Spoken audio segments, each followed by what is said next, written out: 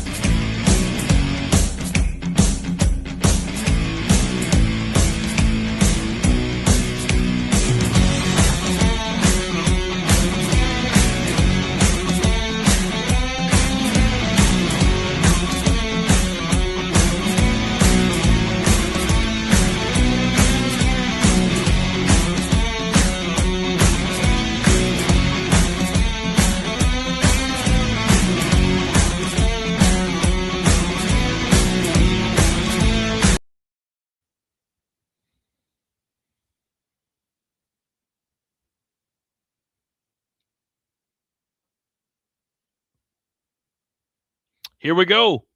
All right, Buffalo Bills, Cleveland Browns, Week 16. This is an interesting matchup, the Battle of Lake Erie, as I like to refer to it. There have been some horrible, I'm talking horrible games between these two teams in the history of both of these franchises. Two of the worst games I've ever watched as a football fan are the Bills and the Browns. The two worst feature these two teams. I know that you guys remember those two games. I would hope they were so bad that they're hard to forget. So I'm going to go back to the time machine here a little bit and use that pro football reference with this laptop here that last summer I spilled Pepsi on this laptop that I'm using. And every once in a while, these keys start to stick together, and it is a nightmare. So it might be time for a new laptop here. But Bills versus Browns history these are two franchises that have been through the ringer. I think the Cleveland Browns far more than the Buffalo Bills. But man, that's a really fun debate to have. Which of these two franchises has been through more bullshit in comparison to the other? It has been a rough journey for both of these teams. So there's two games in particular that I'm referring to, and they were a couple years apart. Oddly enough, uh, November 17th, pardon me, October 11th, 2009 was a battle between these two teams. I'm going to pull up the box score for this one. I know I got some Gen Zers on here, so I'm going to pull up the box score for this epic shit show of a game, and bring this to you guys here. So this was a Cleveland Browns Buffalo Bills battle, October 11th, 2009. The final score of this game was 6-3. As we go through this here, oh, I'm sorry. As we go through this here, you guys will see 6-3. What? So I'm going to show you guys some box scores and some stats. Okay, Billy Cundiff, 24-yard field goal. Ryan Lindell, a 36-yard field goal. Fourth quarter, Billy Cundiff had a 18-yard field goal. So Derek Anderson had the worst stat line I think I've ever seen in NFL history in this game.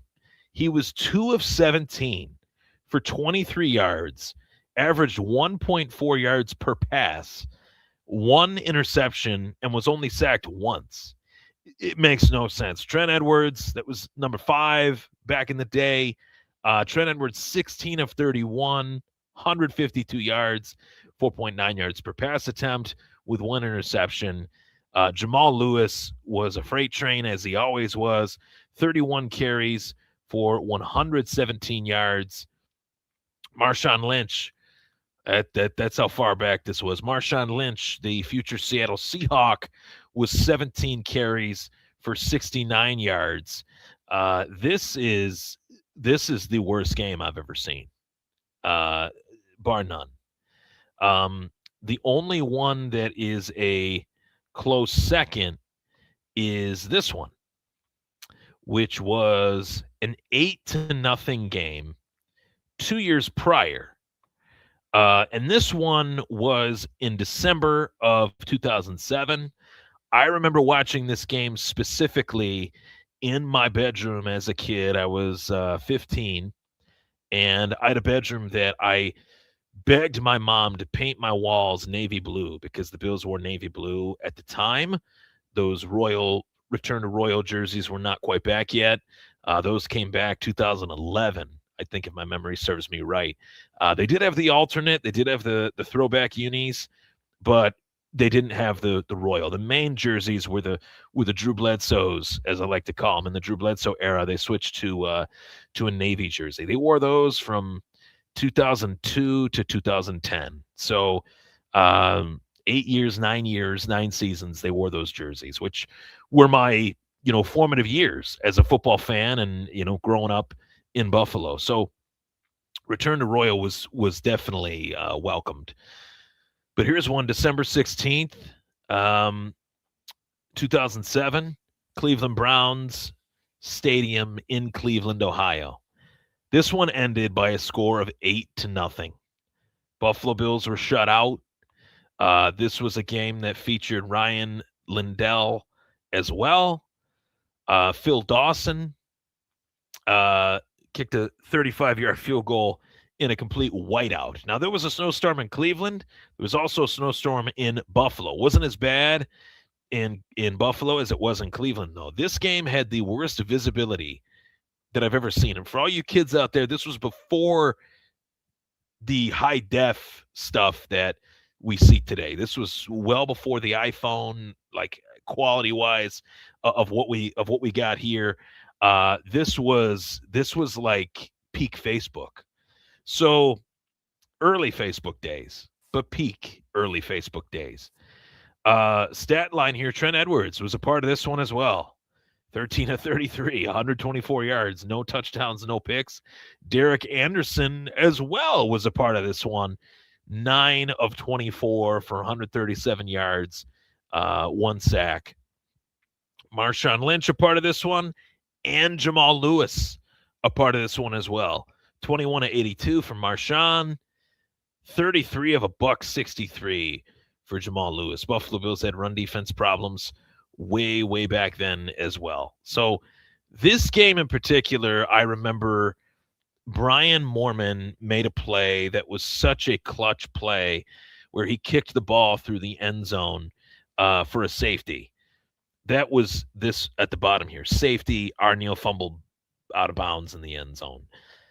I don't remember the Arneal part. I remember Brian Moorman not getting the snap, or the snap being a little wild, something like that, and Brian Moorman kind of kicking it through the end zone. I almost want to see, just for the folks at home, if I can find this highlight, and I will play it for everybody. But I just thought it was really interesting as I was putting this show together tonight to go back a little bit and see this highlight of this game. This was crazy. Give a little bit of. This is not it. 2007. Nope. It doesn't exist. Oh, here it is. It does exist. All right. So let me do this here. Let's do this here. Let's share this tab. Bing, bang, boom. This is one that I'm very happy to bring you guys. So let's go for this highlight here. So I'm going to just kind of go through it here step by step. So Bills, Browns, look at this. Look at this field here. This was a dumpster fire. This was a game that I remember when it started. This is Joe Thomas, future Hall of Famer. This was a game when it started, I thought, oh my God, this is going to be an epic, just crap show. First quarter here, 0-0. Derek Anderson just looking for sight of someone. Ball flops off a chest, falls into the arms of a Brown. That was the Bills' luck back then. Look at that. Look at that. So they're sweeping the snow. Sweeping the snow for Phil Dawson. Now, this is a flashback to 1982 in New England. And same thing happened. A field goal was going to win that day. And a field goal did win that day between the Browns and the Patriots. This is a 35-yard attempt from Phil Dawson. Curves right through. That is a field goal. That is up for 3. I want to see the second. Okay, we're going to the second quarter. All right, this is it. So Brian Moorman sweeping his feet. This was a high snap. Okay, then watch what he does here. Boop, just kicks it through the back of the end zone. And that was a really smart play. That made a definite highlight reel. A 5-0 lead for the Cleveland Browns. That was a low light reel, I meant to say. Jamal Lewis just up the gut. Derek Anderson pumps, gets it to Braylon Edwards on the right sideline, covered by Terrence McGee there. Braylon Edwards, man, he was a stud in college, and he had a decent career. He did all right. They were celebrating that play. That was pretty much one of the better plays in this passing offense. Derek Anderson here, another one high-pointed on the sideline, caught by Braylon Edwards. That puts them in 48-yard field goal attempt range. And that one is good. That is the highlight of this game. That is it. That's as good as it's going to get. It's Phil Dawson kicking field goals. Buffalo couldn't get much going. That one donked right off the upright, or a low bar, I should say. And this one did the same. Watch this ball. This is crazy. Right off that lower bar. And that's a field goal, man. That was good enough. So this is just a game that keeps on giving, man. This is a game that there's 4 minutes of highlights. What game can you think of that is 4 minutes of highlights? Trent Edwards finds Lee Evans. Nope, that was Josh Reed. Trent Edwards screen pass. That was the beginning of Fred X delivering.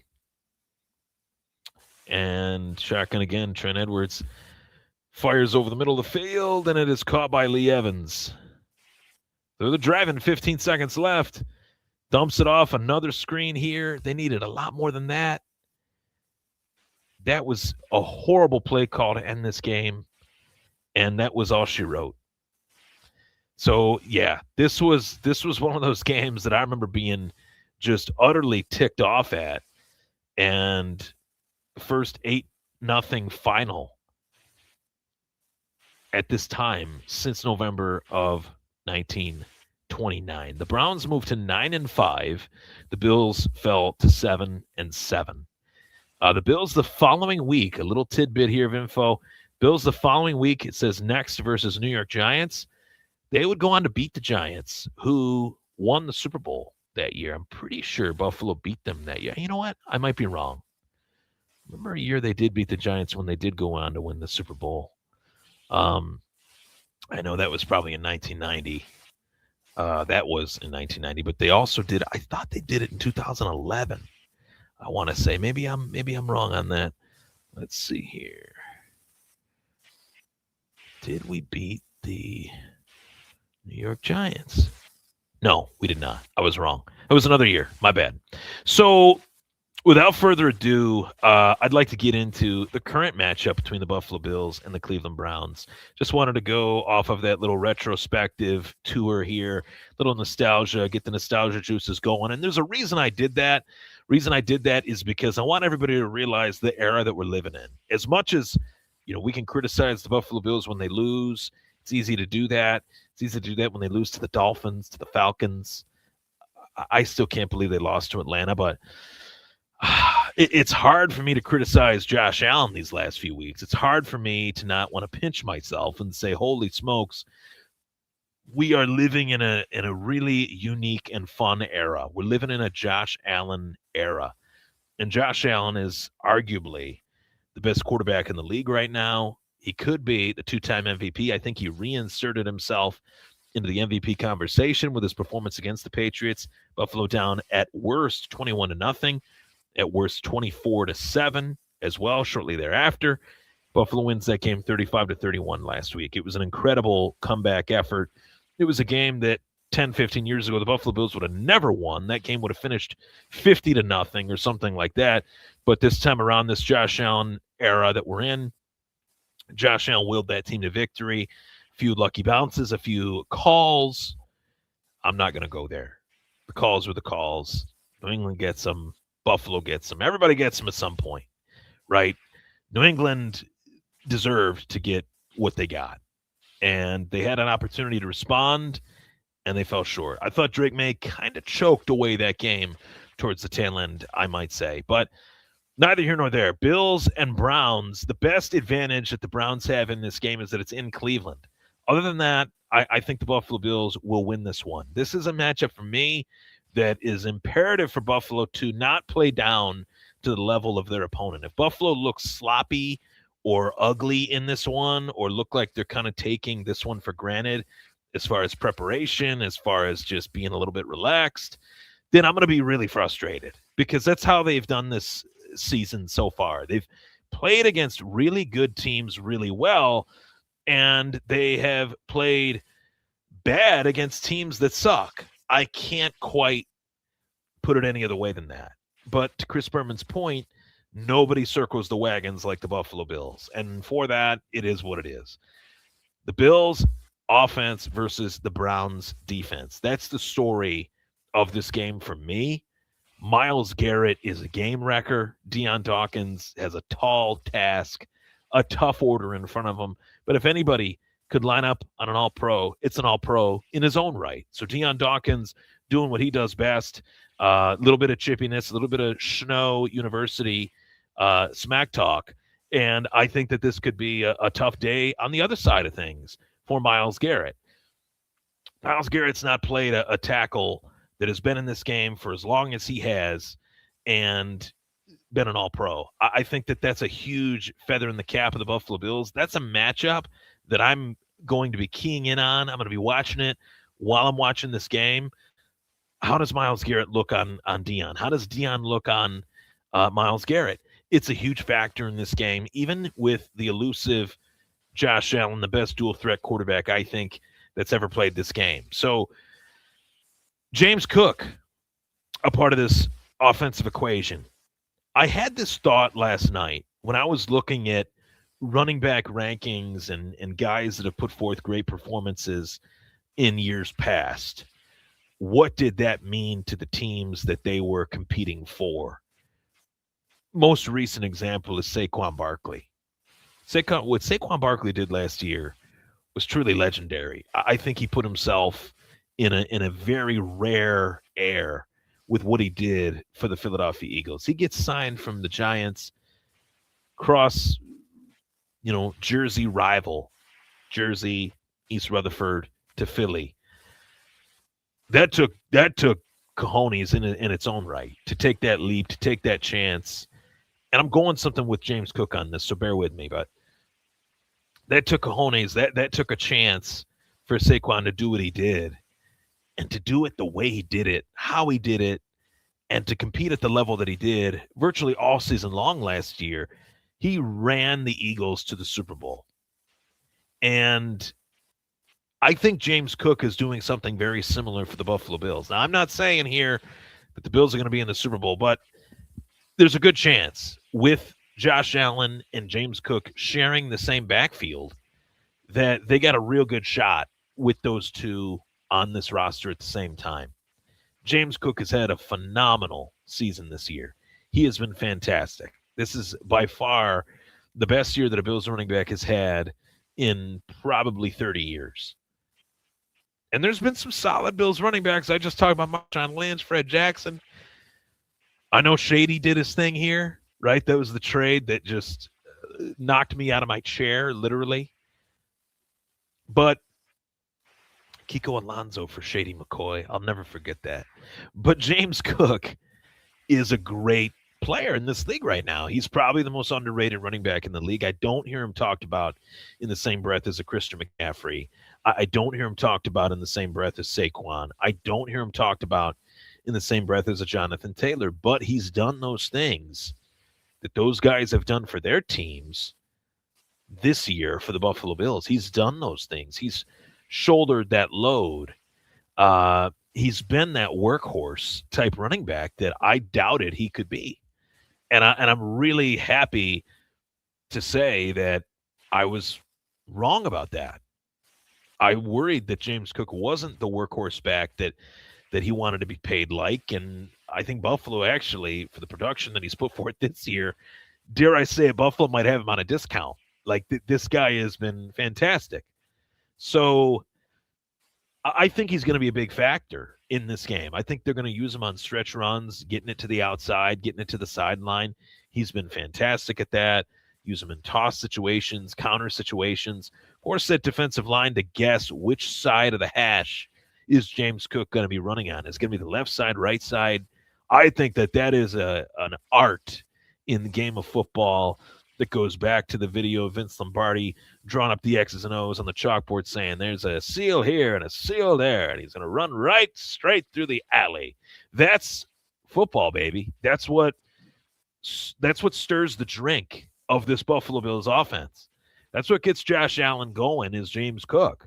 That's what gets Josh Allen making those quick passes to the likes of Dalton Kincaid and Dawson Knox, who are finally being used in this offense in the form and fashion that they should be. For heaven's sake, praise the Lord, whether it's baby Jesus that you pray to like Ricky Bobby or not, praise the Lord that Dawson Knox and Dalton Kincaid are getting their work. They deserve it. It's been a long time coming, and it's produced results for this offense. Adequate results. It's helped Josh Allen. It's helped James Cook. It's helped them. It's helped the wideouts of this team too, namely Khalil Shakir And yes, I will say, despite Keon Coleman being in the doghouse for a couple weeks, I'm happy to see that that was a learning lesson. I think Gabe should be out there, though. The inactive report last week, Gabe Davis was a healthy scratch. I don't think that should happen again. I just don't. That's another topic. But this is a real important game for the Bills. I don't want this to be an opportunity for the Bills to overlook their opponent. They cannot afford to do that. They are now back for one more week in a AFC divisional race. I don't know if it's going to happen the way that they want it to, with the way the schedule kind of shakes out for the Patriots compared to the Bills. But then I think to myself, do the Bills deserve to win the division when they lost to Atlanta, when they lost to Miami? That's a tough sell. It is, even for me. But I think Buffalo will take care of business in this one. And I've been extremely impressed with Buffalo's defense. I know that the run defense is leaky. I know that they take bad angles. I know that they're a term that all the football nerds love to use a lot. They use it so much now as gap integrity. I know the gap integrity of this Buffalo Bills run defense is abysmal on occasion. Like JV middle school level gap integrity. They're very light. I've talked about that the last few years. I've wanted some beefier players at linebacker. Haven't gotten them. When we do kind of get them, they play pretty well. Shaq Thompson's done some really good things as a vet on this team. But I'm going to give you guys my score prediction. It's going to be 35-17. I think Buffalo's offense is starting to really find its rhythm. And I think Buffalo's defense will be healthier in this one than they were even last week against the Patriots. So I think the Bills are going to win this one, and I think they're going to win it big, 35-17. We have a real opportunity here to head into the playoffs, maybe not as the AFC East divisional champion, which sucks, but we could be a hot team heading into the playoffs, a very, very tough team to beat in the wild card round, which makes us a tough team to beat in the divisional round, getting us back in the AFC Championship on our way to a Super Bowl. There is no Joe Burrow. There is no Lamar Jackson. There is no Patrick Mahomes, who suffered a season-ending ACL, LCL tear. There is Drake May. There is Bo Nix. There is Phillip Rivers. There is Justin Herbert. And I think we got the far and away best quarterback in the league compared to those guys. I think we had the far and away best quarterback in the league compared to the guys that are not going to be in this year's playoff, Joe Burrow, Lamar Jackson, and Patrick Mahomes. I'd take Josh Allen over anybody in this league without hesitation. So Buffalo wins 35-17. They move forward with another win. We got the Philadelphia Eagles the following week. We got the New York Jets the following week. Let's end this season on a run, whether we win the division or not. Let's win out, stay hot, stay ready, and run the table in this playoff and get to the damn Super Bowl. Josh Allen deserves to be in that game. Whether they win it, whether they lose it, Josh Allen deserves to be in that game. His talent is too undeniable for us to be robbed, not even as Bills fans, but as football fans as a whole. The best player should be in the biggest game. He's the best quarterback. He should be in the biggest game. But it takes more than one. And the Bills offense, the supporting cast, has to step up for this guy. The defense has to step up for this guy. Sean McDermott has to step up for this guy. And God forbid that this season does not end with a Super Bowl berth or victory for the Buffalo Bills. Brandon Beane better get his shit together and get whatever Josh Allen asks for. Period. That's it. That's the take. I mean, you're knocking on that door. You can only knock on that door so many times before it falls over, right? So, with that being said, guys, I'm fired up. I'm ready to go for Sunday. And I mentioned it from the top. Fantasy football is a gift that keeps on giving. You know, you could be projected to lose by 10 and win by 40, like I did, maybe by 50, like I did this past week. Shout out to my buddy David Poole. I thought I was dead to rights in this league that I've commissioned for the last 15 years. But here I am back in the semifinals, one win away from another championship opportunity. And I think I got the best team. I feel confident in my guys. We're gonna go out there. We're gonna give them hell. Notice how I talk like I'm the coach and these are my players. It's fantasy football for Christ's sake. But uh, Brock Bowers, Trey McBride in my starting lineup at one time. Ashton Genty, Chase Brown, Ted McMillan, C.J. Stroud. Not. It's like the team bottom to top is good.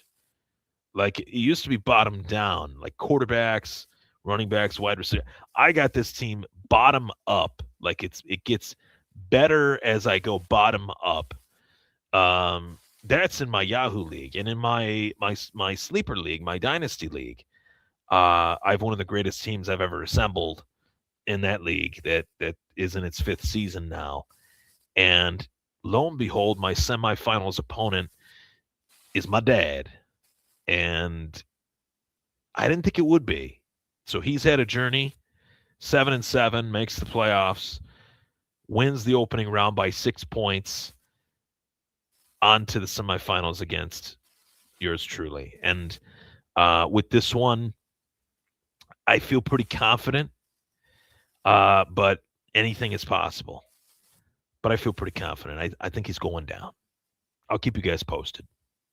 I love to give you guys a little bit of tidbits on the fantasy stuff, but it's all fun. It's all fun. This is a great time as a football fan. It's what gets us through the cold winters of Buffalo. I was just slipping and sliding up my driveway here about 15 minutes ago, and 15 minutes, about an hour ago, I should say. And it is what it is. Get the snow brush, pack a lunch, and put one foot in front of the other. I love you guys, the gals and girls that tune into the show, Buffalo fan base, Thomas Take Sports Podcast, YouTube or audio, Apple Podcasts, Spotify, you name it. Really appreciate the love and support. I won't be on until after Christmas. So I want to tell everybody to enjoy their holiday. Really enjoy your holiday. You know, the older I get, the more perspective I gain. And that perspective tells me that it's really important to enjoy the holidays with your family. You know, when times are tough, when the chips are down, your family is really important. And everybody can categorize family as whatever that may be. Could be actual family, blood relatives, or in-laws, or, you know, cousins, or friends. Friends can be your family too. I mean, I've been friends with my friends for over 20 years. They're my brothers. You know what I mean? So um, I look at all the relationships I've built over the years, and all the relationships I'm going to continue to build over the years, and the opportunity that I have in this life is really profound in a way that I haven't really been able to sink in until recently. Um, the perspective that my fiance provides me as a young man to just push forward and focus on my goals, focus on my aspirations, focus on my dreams. That's the good stuff, man. You can't buy that. That's priceless. So I thank her, I thank my mom, thank my dad, my brother, my cousins, my grandparents up in heaven. I'm really thankful, and it goes beyond Thanksgiving. You know, people say they're thankful. The older I get, the more thankful I am for what I have, and for what I've continued to have, you know, throughout my life. So I say this to you guys not in a gloating way. I say this to urge everybody to really soak in their life. You never know what next year is going to bring. You never know what the year after that's going to bring. It's really essential for me to look at what I do have and not overlook what I do have and compare it to what I don't have. I've had a great life. I've had great mentors, whether it's my grandfather or my dad or um, coworkers that were older than me that kind of showed me the ropes or things like that. I've had great mentors in my life that I've been able to really feed off of and grow from, and I think that that's really important. And maybe I'm providing a little bit of coach speak now because I'm coaching, and I'm starting to see the impact that I can have on kids, athletes, and things like that. I just think that there's a big world out there to go out and show your appreciation for what you have.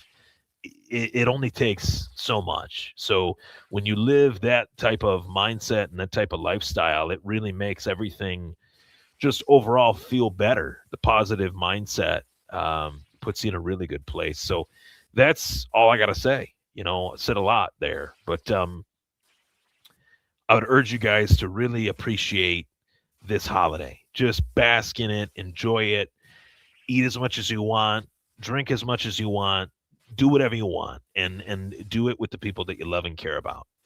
All righty. With that being said, I'm Ryan Thomas. This is the Thomas Take Sports Podcast. Take care. Merry Christmas. Happy holidays. Last and certainly not least, go Bills.